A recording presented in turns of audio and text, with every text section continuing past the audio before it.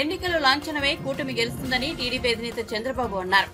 కోనసీమ జిల్లా పి గన్నవరం నియోజకవర్గం అంబాజీపేటలో నిర్వహించిన ప్రజాగళం సభలో జనసేన అధినేత పవన్ కళ్యాణ్ తో కలిసి చంద్రబాబు పాల్గొన్నారు. కూటమి అధికారంలోకి రాగానే తొలి సంతకం మెగా డిఎస్సీ పైనే అని స్పష్టం చేశారు. రాష్ట్రానికి ఇది చాలా కీలక సమయం. 5 ఏళ్ల నరకానికి, సంక్షోభానికి, సమస్యలకు చెక్ పెట్టే సమయం వచ్చిందన్నారు. పవర్ స్టార్ ప్రజానాయకుడు పవన్ కళ్యాణ్ గారు ఇంకో పక్క అమలాపురం పార్లమెంట్ అభ్యర్థిగా పోటీ చేస్తున్నటువంటి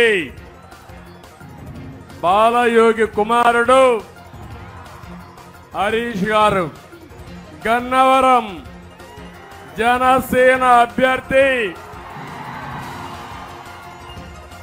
ఎన్డీఏ అభ్యర్థి అయినటువంటి సత్యనారాయణ గారు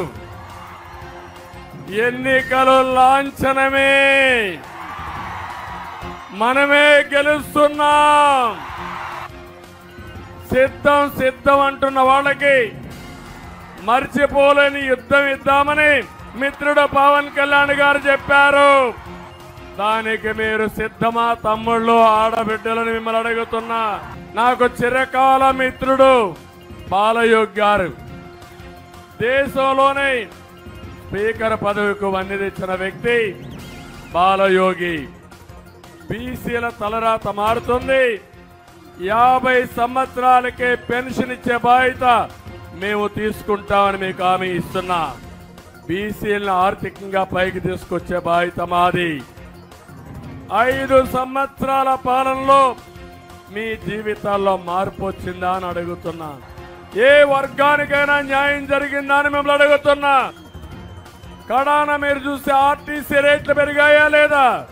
చెత్త మీద కూడా పన్నేసిన చెత్త ముఖ్యమంత్రి, దుర్మార్గుడు ఈ ముఖ్యమంత్రి. ధ్వంస పాలన. సినిమాలు ఏదైనా చూడాలంటే, అందాలు చూపించాలంటే మొట్టమొదటి చూపించేది మా పవన్ కళ్యాణ్ గారితో సహా అందరూ కూడా కోనసీమనే. ప్రజల మధ్య విద్వేషాలు రెచ్చగొట్టినటువంటి దుర్మార్గుడు ఈ జగన్మోహన్ రెడ్డి. ఒక్కడికైనా ఉద్యోగాలు వచ్చాయా? మీకు జాబులు రావాలంటే మా కూటమి రావాలి. అధికారం వస్తానే మొదటి సంతకం మెగా డిఎస్సీ పైనే పెడతాం. ఇసుక దందా, ఇసుక మాఫియా ఇష్టానుసారంగా తయారయ్యే పరిస్థితి వచ్చారు. ఏం తమ్ముళ్ళు, తెలుగుదేశం పార్టీ హయాంలో క్వార్టర్ బాటిల్ ఎంత? 60 రూపాయలు. ఇప్పుడు క్వార్టర్ బాటిల్ ఎంత? 200. ఎవరి జోబులోకి డబ్బులు పోతా ఉందని మిమ్మల్ని అడుగుతున్నా. పవన్ కళ్యాణ్ గారిని మనస్ఫూర్తిగా అభినందిస్తున్నా. ఇద్దరం కలిశాం. నరేంద్ర మోడీ గారి నాయకత్వంలో ఉండే బీజేపీ ముగ్గురం కలిసి వచ్చాం. ఇంకా తిరుగుంటుందా తమ్ముళ్ళు అని మిమ్మల్ని అడుగుతున్నా. నిలబడుకునే దమ్ము జగన్ కుందా అని మిమ్మల్ని అడుగుతున్నా. నిలబడతాడా అని మిమ్మల్ని అడుగుతున్నా. నిలబడనిస్తారా అని మిమ్మల్ని అడుగుతున్నా. గంజాయి బారిన పడి మన యువత చెడుదారిన పడే పరిస్థితి వచ్చారంటే దీనికి కారణం ఈ ప్రభుత్వం అవునా కాదా అని. ఒక దుర్మార్గమైన ప్రభుత్వం నుంచి ప్రజల్ని కాపాడుకోవాలనే ఆలోచనతో 3 జెండాలు వేరు, కానీ మా అజెండా ఒకటి: సంక్షేమం, అభివృద్ధి, ప్రజాస్వామ్య పరిరక్షణ ధ్యేయంగా వచ్చాం. గోదావరి జిల్లాలో ఒక ఎమ్మెల్సీ డ్రైవర్ని చంపేసి డోర్ డెలివరీ చేశాడంటే తమ్ముళ్ళు మీరందరూ ఆలోచించాలి. మళ్ళీ దుర్మార్గులు వస్తే దళితులను చంపి డోర్ డెలివరీ చేస్తారు. ఒక తమాషా ఆడుతున్నాడు. ఎవరైనా పవన్ కళ్యాణ్ గారు మాట్లాడితే ఆయన మీద ఆ కులవాళ్ళ పెట్టి దాడి చేయించడం.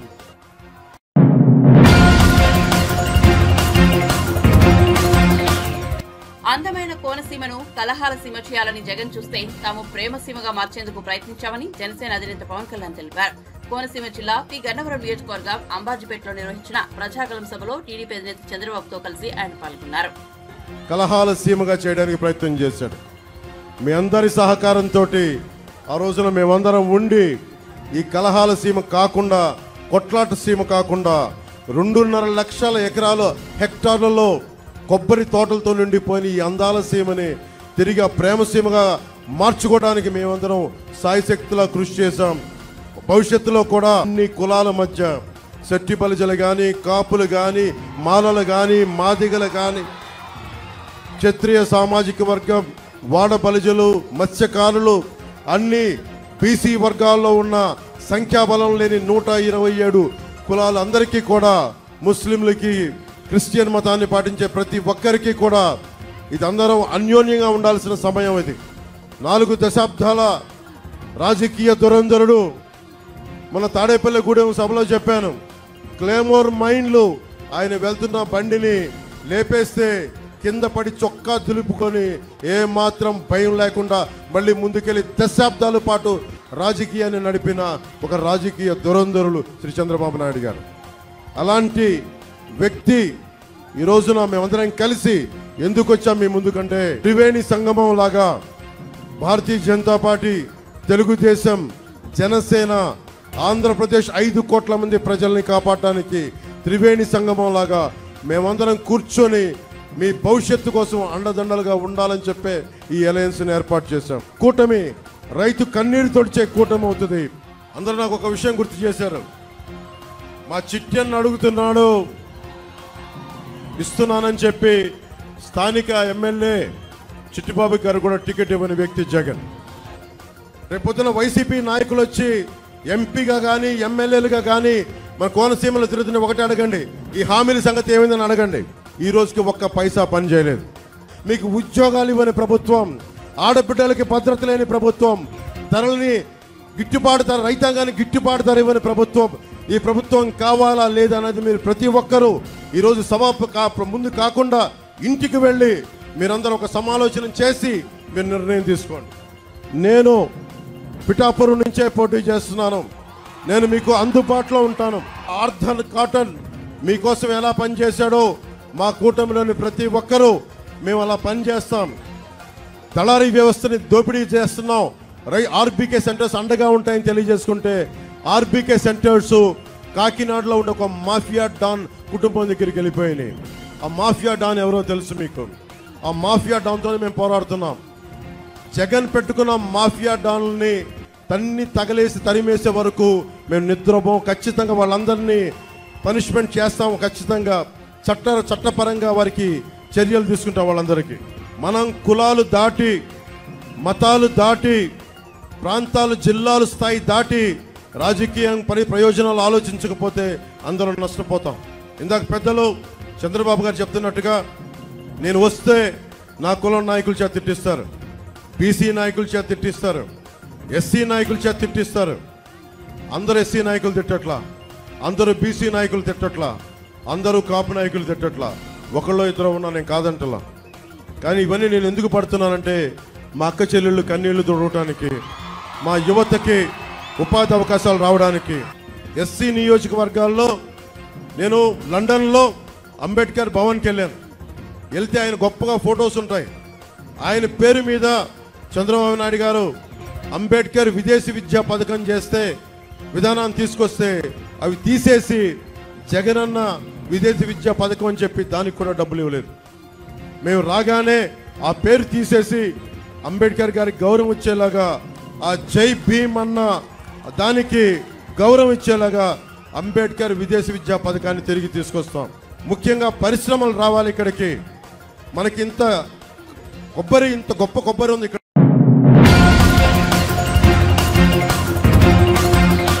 సంక్షేమం, అభివృద్ధి, సంస్కరణలకు ప్రతిరూపం ప్రధాని నరేంద్ర మోదీ అని టీడీపీ జాతీయ ప్రధాన కార్యదర్శి నారా లోకేష్ కొనియాడారు. కోయంబత్తూరు ఎంపీ అభ్యర్థి, తమిళనాడు బీజేపీ రాష్ట్ర అధ్యక్షుడు అన్నామలై కుప్పుస్వామికి మద్దతుగా పీలమేడు ప్రాంతంలో తమిళనాడు బీజేపీ ఆధ్వర్యాన నిర్వహించిన బహిరంగ సభలో లోకేష్ పాల్గొన్నారు. ఈ సందర్భంగా లోకేష్ మాట్లాడుతూ, మోదీ అంటే ఆత్మగౌరవం, ఆత్మవిశ్వాసం, మోదీ అంటే ప్రపంచం మెచ్చిన నాయకత్వం అని అభివర్ణించారు. అందుకే మోదీని మేకర్ ఆఫ్ డెవలప్ ఇండియా అని యావత్ ప్రపంచం ప్రశంసిస్తోందని కీర్తించారు.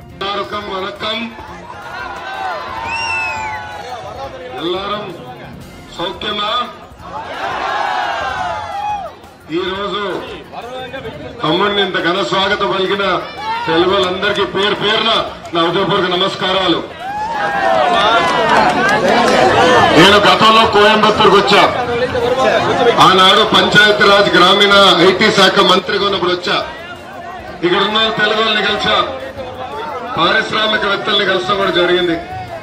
కానీ మొదటిసారి తమిళనాడులో ప్రచారం చేసేదానికి వచ్చాను. దానికి మీ అందరికీ నా హృదయపూర్వక నమస్కారాలు నేను తెలుసుకుంటున్నాను.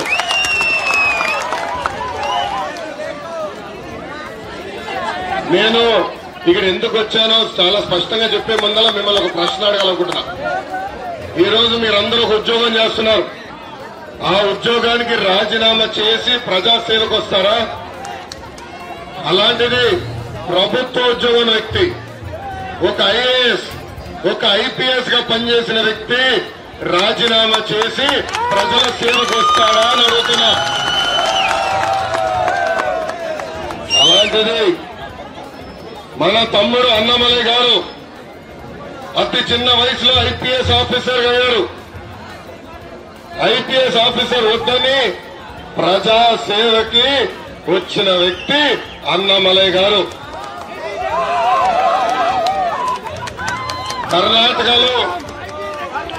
కర్ణాటకలో ఆయన సింగం ఐపీఎస్ అని, తమిళనాడులో తమ్ముడు అన్నమలై పీపీఎస్. పీపీఎస్ అంటే ఏంటో తెలుసా? Tamil people service. తమిళ ప్రజలకి సేవ చేసేదానికి వచ్చిన వ్యక్తి. తమిళ ప్రజలంటే నాకు చాలా గౌరవం. మీకున్న పట్టుదల, సంస్కృతిని కాపాడుకునేదానికి ఉన్న పట్టుదలకి నాకు చాలా గౌరవం. మీరు మీ భాష సంస్కృతి కాపాడేదానికి ఆర్నిసలు మీరు పోరాడతారు. దానికి సభాముఖంగా చెప్తున్నా, తమిళ ప్రజలకి నా హ్యాట్స్ ఆఫ్. అన్న బాగా కష్టపడడానికి వచ్చారు. అన్నమలై గారు నాకు ఒక మిత్రులు, శ్రేయోభిలాషు.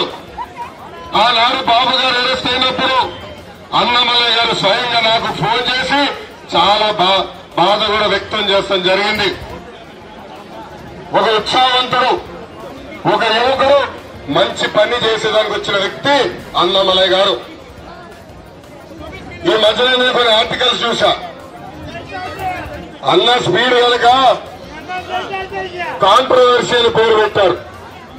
అన్నమలై కాంట్రవర్సీ లీడర్ కాదు, క్యాలిబర్ ఉన్న నాయకుడు అని సభాముగా మీకు చెప్తున్నాం. ఆయన తమిళనాడు దశ నిర్దేశం మార్చడానికి వచ్చిన వ్యక్తి. 6 నిమిషాలు ప్రజల కోసం కష్టపడుతున్న వ్యక్తి. ప్రజలకి మెరుగైన సేవలు అందించాలని వచ్చిన వ్యక్తి. మనందరం చూశాం. ఎన్ మక్కలని ఏకంగా పాదయాత్ర చేశారు. ఆ పాదయాత్రలో యువకులు ఎదుర్కొంటున్న సమస్యలు, నిరుపేద కుటుంబాలు ఎదుర్కొంటున్న సమస్యలు, రైతులు ఎదుర్కొంటున్న సమస్యలు తెలుసుకున్న వ్యక్తి. దాంట్లో భాగంగా తమిళ ప్రజల మనసు గెలుచుకున్న వ్యక్తి అన్నమలై గారని ఈ సభాముఖం అందరికీ నేను తెలుస్తున్నాను. అన్నమలై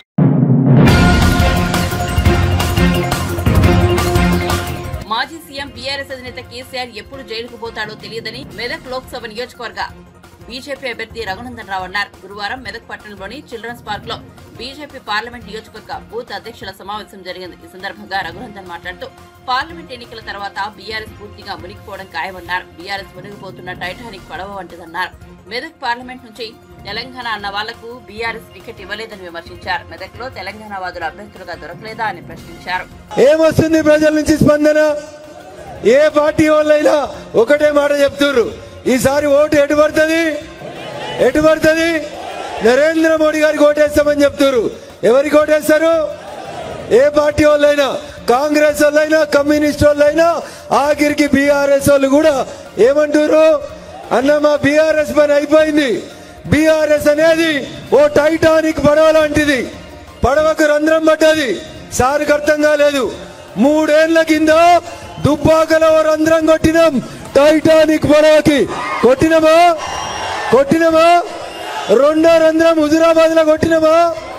కానీ సార్ గట్ల 10వ అంతస్తులో స్టీమర్ మీద ఉన్నాడు, లోపలికి నీళ్ళు వస్తున్నాయి అనేది కనబడలేదు. కనబడ్డదా? ఎప్పుడు కనబడ్డాయి? మొన్న కనబడ్డాయి చలికాలంలో. సార్ కిందికి వచ్చే వరకు పడవ ఏమైంది? నడి సముద్రంలోకి వచ్చింది. ఎన్ని మోటార్లు పెట్టినా, కాళేశ్వరం బాహుబలి పంపులు పెట్టినా నీళ్లు బయటికి పోలే. ఫలితం ఏమైంది? ఏమైంది ఫలితం?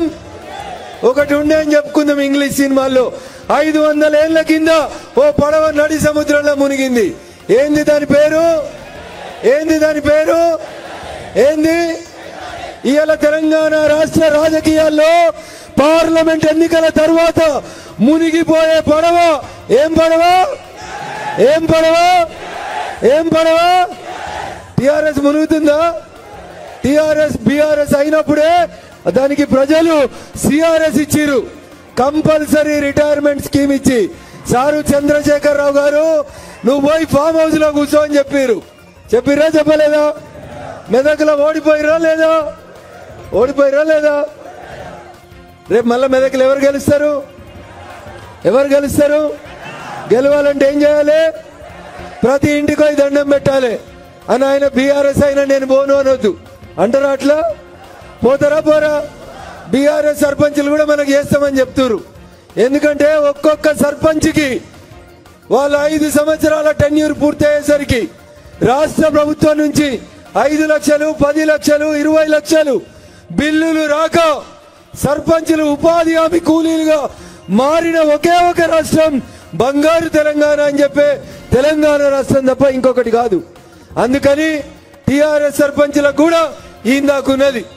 కానీ ఇలా బీఆర్ఎస్ పార్టీ మెదక్ నుంచి ఎవరు పోటీ చేస్తారో మీకు అందరికీ తెలుసు. తెలంగాణ ఉద్యమం పుట్టిన గడ్డ మెదక్ జిల్లా. జై తెలంగాణ అని గట్టిగా మాట్లాడిన గడ్డ సిద్దిపేట గడ్డ. కానీ మెదక్ పార్లమెంట్కి వెళ్ళి టిఆర్ఎస్ పార్టీకి వెళ్ళి పోటీ చేసేందుకు ఒక్కడంటే ఒక్కడు జై తెలంగాణ అన్నాడు.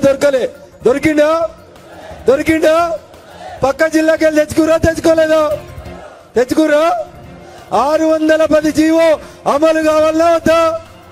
కావాలంటే అల్లుడు హరీష్ కి మెదక్ ఏం సంబంధం అని అడగాలా వద్దా? మెదక్ అడగాలా వద్దా? మొన్న మెదక్ అసెంబ్లీ అడిగింది, నేను దత్తత తీసుకుంటా అన్నాడు.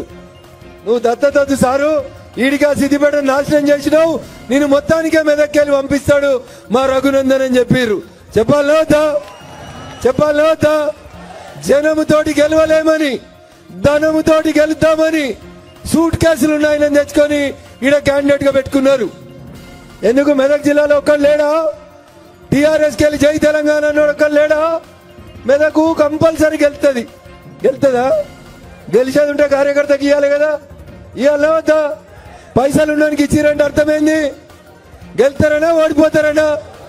ఓట్లను కొందామని వస్తున్నాడు హరీష్, కొననిద్దామా?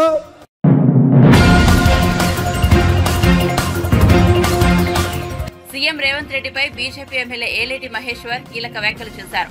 రేవంత్ మార్కు పాలనపై హాట్ కామెంట్ చేశారు. రేవంత్ అంటే నా వంతు ఏంది అంటున్నాడని ఆరోపించారు. సీఎం రేవంత్ రెడ్డి దగ్గరికి పోయిన వాళ్ళు నీ వంతుకు రేటెంత రెడ్డి అని అడుగుతున్నారు. రేటెంత రెడ్డి అని రేటు ఎవరు ఫిక్స్ చేస్తున్నారో తెలియదు, కానీ ఎక్కడ పడితే అక్కడ ఈ రాష్ట్రంలో సెటిల్మెంట్లు జరుగుతున్నాయని పేర్కొన్నారు. పాలన గాలికి వదిలేసి వసూళ్లకు పాల్పడుతున్నారని తీవ్ర విమర్శలు చేశారు.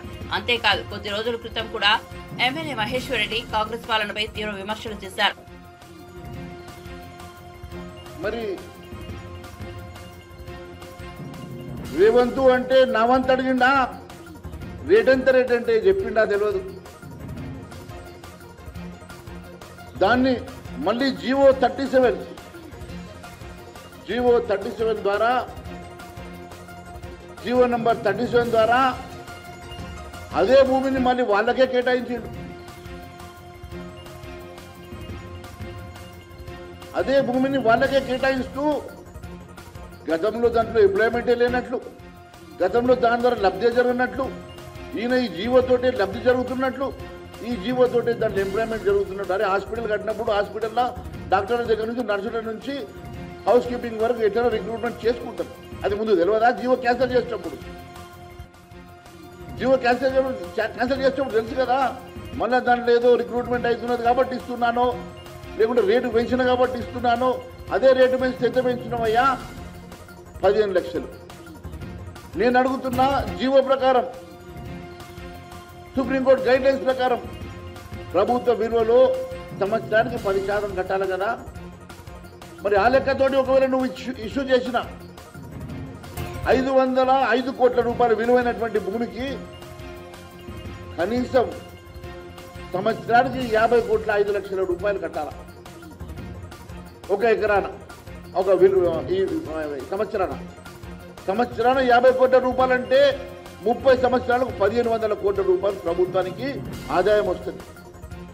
అసుంటి భూమిని మళ్ళా ఏదో కొంచెం పెంచినట్ల, దాంట్లో ఏదో ఇది చేసినట్ల, ప్రభుత్వానికి లబ్ధి చేసినట్ల జీవోను మళ్ళీ 12వ జీవోను క్యాన్సిల్ చేసి మళ్ళీ జీవో నెంబర్ 37 ఇచ్చి, ఈ జీవో నెంబర్ 37 ద్వారా మళ్ళీ అదే భూమిని అదే పార్థసారథి రెడ్డికి, అదే హెడ్రో డ్రగ్స్ కంపెనీ వాళ్ళకి, అదే వ్యవస్థకి మీరు దారాదత్తం చేయడం వెనుక ఎన్ని కోట్లు జాగున్నాయో దాని వెనుక 300 కోట్ల రూపాయలు నువ్వు తీసుకొని ఢిల్లీకి పంపిన మాట వాస్తవం కాదని అడుగుతున్నా. అవి కాక దాని వెనుక వేరొక సెటిల్మెంట్ కూడా చేసుకున్నట్టు మా దగ్గర ఆధారాలు ఉన్నాయి. దీన్ని ఈ ఢిల్లీకి పంపుతున్నా కాబట్టి క్యాబినెట్లో పెట్టి అప్రూవ్ చేపిస్తే అది శంకులో వచ్చిన తీర్థం అవుతుందా? గత ప్రభుత్వం చేసిన అరాచకాన్ని బయట పెడతా అని చెప్పిన నువ్వు గత ప్రభుత్వం చేసిన అరాచకాలను అడ్డం పెట్టుకొని సెటిల్మెంట్లు చేసుకుంటున్న మాట వాస్తవం కాదని అడుగుతున్నా. గత ప్రభుత్వం చేసిన అవినీతిని ఆధారంతో సహా సేకరించడానికి గల కారణం ఇదేనా అని అడుగుతున్నా. దానికోసమైనా నువ్వు ఈరోజు కాళేశ్వరాన్ని సిబిఐకి ఇస్తావు? దానికోసమైనా కాళేశ్వరం ఆధారాలన్నీ కూడా నీ కాడ పెట్టుకొని రేపు కాంట్రాక్టర్లను, అధికారులను, మళ్ళీ నాయకులను బెదిరించి మళ్ళీ సెటిల్మెంట్ చేసుకోవడం కోసమేనా అని అడుగుతున్నా. దానికోసమైనా ధరణి కోసం ఇప్పటి వరకు ధరణి మీద ఎలాంటి ఎంక్వైరీ చేయకుండా, సిబిఐ కూడా మాట్లాడకుండా కేవలం ధరణిని కూడా ఒక ప్రైవేటు మీ పార్టీ నాయకుల్ని కొంతమందిని కమిటీగా చేసి ఆధారాలు సేకరిస్తున్నది కూడా దీనికోసమైనా అడుగుతున్నా. ఒక చిన్న ఆధారం దొరికితేనే ఇన్ని 100 కోట్ల సెటిల్మెంట్లు జరిగితే రేపు 2 లక్షల కోట్ల రూపాయల ధరణి కుంభకోణంలో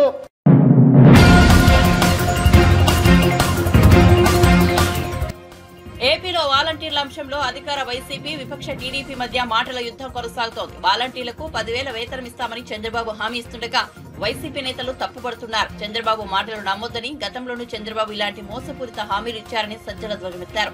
దీనిపై టీడీపీ పొలిట్ బ్యూరో సభ్యుడు వరలరామయ్య స్పందించారు. వాలంటీర్లకు 10,000 ఇస్తామంటే సజ్జలకు ఏంటి నొప్పి అని ప్రశ్నించారు. వాలంటీర్లకు మేలు చేయాలని చంద్రబాబు ఆలోచిస్తున్నారని, అందులో సజ్జల తప్పు పట్టాల్సింది ఏముందని వరలరామయ్య ధ్వజమెత్తారు. వాలంటీర్లను వీరు బానిసల మాదిగా వాడుతున్నారని ఆరోపించారు.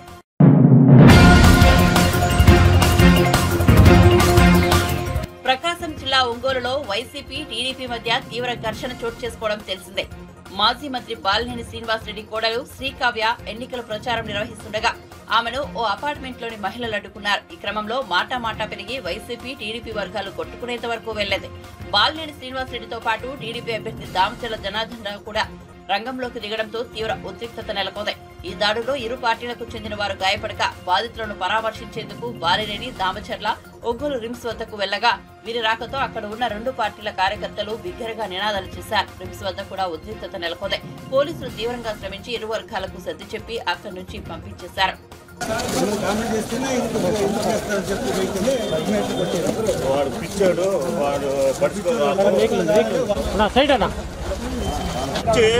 మేనేజింగ్ చేసి ఎంత పడితే అట్లా మాట్లాడి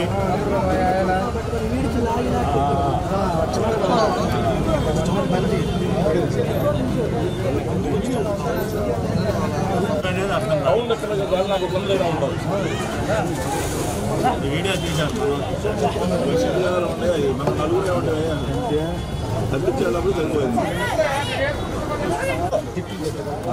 అది అనవసరం కావద్దు.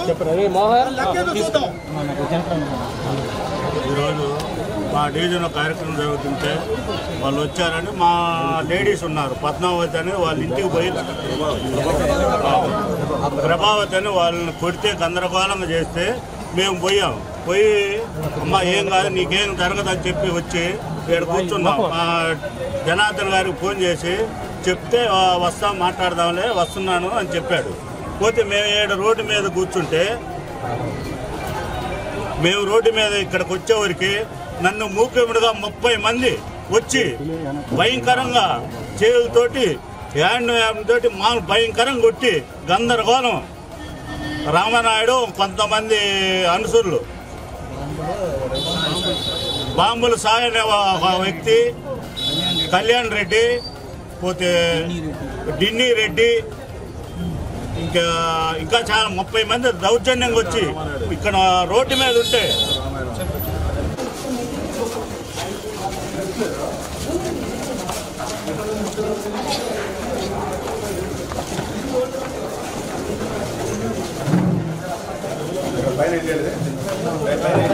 ఎన్నికల కమిషన్ చెప్పింది కదండి, వాళ్ళంటేనే నేను ఫోటో తీశానండి. అది నేను చేసిన తప్పి వైసీపీ వాళ్ళు మొత్తం గుండాలు వచ్చి నన్ను కొడుతుంటే మా పిల్లలు అడ్డం వచ్చేసరికి పిల్లల్ని చూడండి కొట్టి ఎట్లా చేశారు. అబ్బాయిని ఇక్కడ పోయింది, చెవు వినపరాట్లేదు. మా చిన్న అబ్బాయి ఏది తల్లిని కొడుతుంటారని వీళ్ళు వచ్చేసరికి ఇదిగోండి కొట్టేయడమైన ఇంట్లోకి వచ్చి కొట్టారు వైసీపీ రౌడీలు. గోలి తిరుపతి రావు అనే వ్యక్తి, గోలి తిరుపతి అమ్మ 39వ డివిజన్ భర్త గోలి తిరుపతి రావు చంపేస్తాను, మీరు 2వ ఫ్లోర్లో ఎట్టుంటారో చూద్దామని మిగతా వాళ్ళకు మా కింద వాచ్మెన్కి చెప్పి బెదిరించి వెళ్ళారు.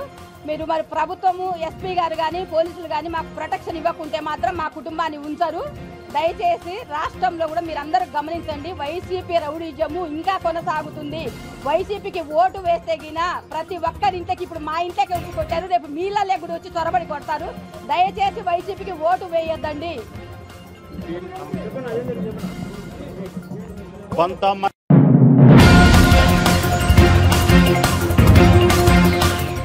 ఖైరతాబాద్ ఎమ్మెల్యే దానం నాగేందర్ పార్టీ మారి నెల రోజులు అవుతున్నప్పటికీ ఇప్పటి వరకు స్పీకర్ ఎలాంటి నిర్ణయాలు తీసుకోలేదని బీఆర్ఎస్ ఎమ్మెల్యే పాడి కౌశిక్ రెడ్డి అన్నారు.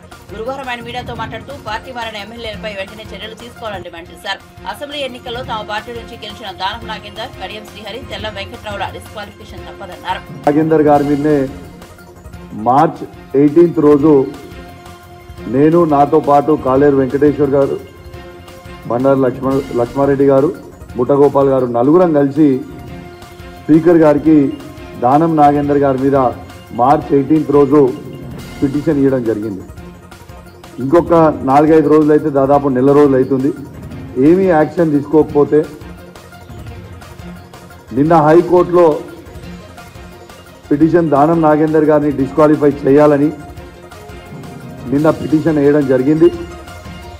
ఈ వచ్చే సోమవారం రోజు లిస్ట్ అయి కూడా ఉంది. ఖచ్చితంగా దానం నాగేందర్ గారితో పాటు కడియం శ్రీహరి గారు, వెంకట్రావు గారు డిస్క్వాలిఫై కాక తప్పదు. ఎటు పరిస్థితిలో వీళ్ళని డిస్క్వాలిఫై అవ్వడు ఖాయం. ఇది సుప్రీంకోర్టు ఆర్డర్సే ఉన్నాయి. 3 నెలల లోపల డిసిషన్ తీసుకొని ఎటు పరిస్థితిలో డిస్క్వాలిఫై చేయాలని ఇవాళ సుప్రీంకోర్టు ఆర్డర్సే ఉన్నాయి. ఖచ్చితంగా ఆ జడ్జ్మెంట్ని కూడా మేము అటాచ్ చేసి అన్ని విధాలుగా ఎవిడెన్స్ పెట్టి దానం నాగేందర్ గారు బీఆర్ఎస్ పార్టీ బీఫామ్ మీద ఎమ్మెల్యేగా గెలిచి ఇవాళ అఫీషియల్గా కాంగ్రెస్ పార్టీ సికింద్రాబాద్ ఎంపీ క్యాండిడేట్గా అఫీషియల్గా కాంగ్రెస్ పార్టీ డిక్లేర్ చేసింది. ఇంకా దీనికంటే పెద్ద ఎవిడెన్స్ అవసరం లేదు అని అన్ని ఎవిడెన్స్లు అటాచ్ చేసి ఇవాళ కోర్టులో వేసినాం. ఖచ్చితంగా సోమవారం రోజు మాకు ఫేవరబుల్ జడ్జ్మెంట్ వస్తుందని నేను ఆశిస్తూ ఉన్నాను. ఎందుకంటే ఇది simple, all evidence is there and it is proven. ఎంత బాధాకరమైన విషయం అంటే ఇదే దానం నాగేందర్ గారు కాంగ్రెస్ పార్టీ ఎంపీ క్యాండిడేట్ అయిండు సికింద్రాబాద్ పార్లమెంట్ కానీ మేము అసెంబ్లీకి పోయినాం. అసెంబ్లీకి పోతే స్పీకర్ లేడు. సెక్రటరీ గారు అసెంబ్లీలో వండుకుంటూ పోయి బాత్రూంలో దాచుకున్నాడు. బాత్రూంలో దాచుకొని తాళం పెట్టుకొని బయటకు వస్తలేదు. ఏదే సెక్రటరీ అంటే సెక్రటరీ బాత్రూంలో ఉన్నాడని మాకు కూడా తెలుసు. ఆడికి పోయి ఉన్న తర్వాత సెక్రటరీ లేడని చెప్తున్నాం. ఆడ ఆగి ఆగి ఆగి ఏం చేసినాం, అక్కడి నుంచి మన జాయింట్ సెక్రటరీ ఉపేందర్ గారి దగ్గర పైకి పోయినాం. పోయి పిటిషన్ తీసుకోండి, మీ అందరు స్పీకర్ ఆఫీస్ కిందనే పనిచేస్తారు కదా, సెక్రటరీగా తను సెక్రటరీ అవైలబుల్ బాత్రూంలో దాచుకున్నాడు నేను లేను అని చెప్తున్నప్పుడు ఎవరికి ఇవ్వాలి? జాయింట్ సెక్రటరీకే ఇవ్వాలి కదా. జాయింట్ సెక్రటరీ గారికి పోతే ఒక్కసారి మీరు చూడండి, మీ ద్వారా వీడియో వినిపిస్తే ఇప్పుడు మీ ద్వారా యావత్ తెలంగాణ ప్రజలందరూ కూడా ఈ వీడియో వినాలి. ఇలా ఎవరైనా కలవచ్చు, మాది ప్రజాపాలన అని చెప్పుకునే రేవంత్ రెడ్డి గారు ఒక్కసారి వాళ్ళ ఆఫీస్ స్పీకర్ గారు ఆఫీస్లో ఉన్న జాయింట్ సెక్రటరీ గారు ఎట్లా చేస్తారో ఒక్కసారి మీరు ఈ వీడియోతోని మీరు వినాల్సిందిగా విజ్ఞప్తి చేస్తా ఉన్నా.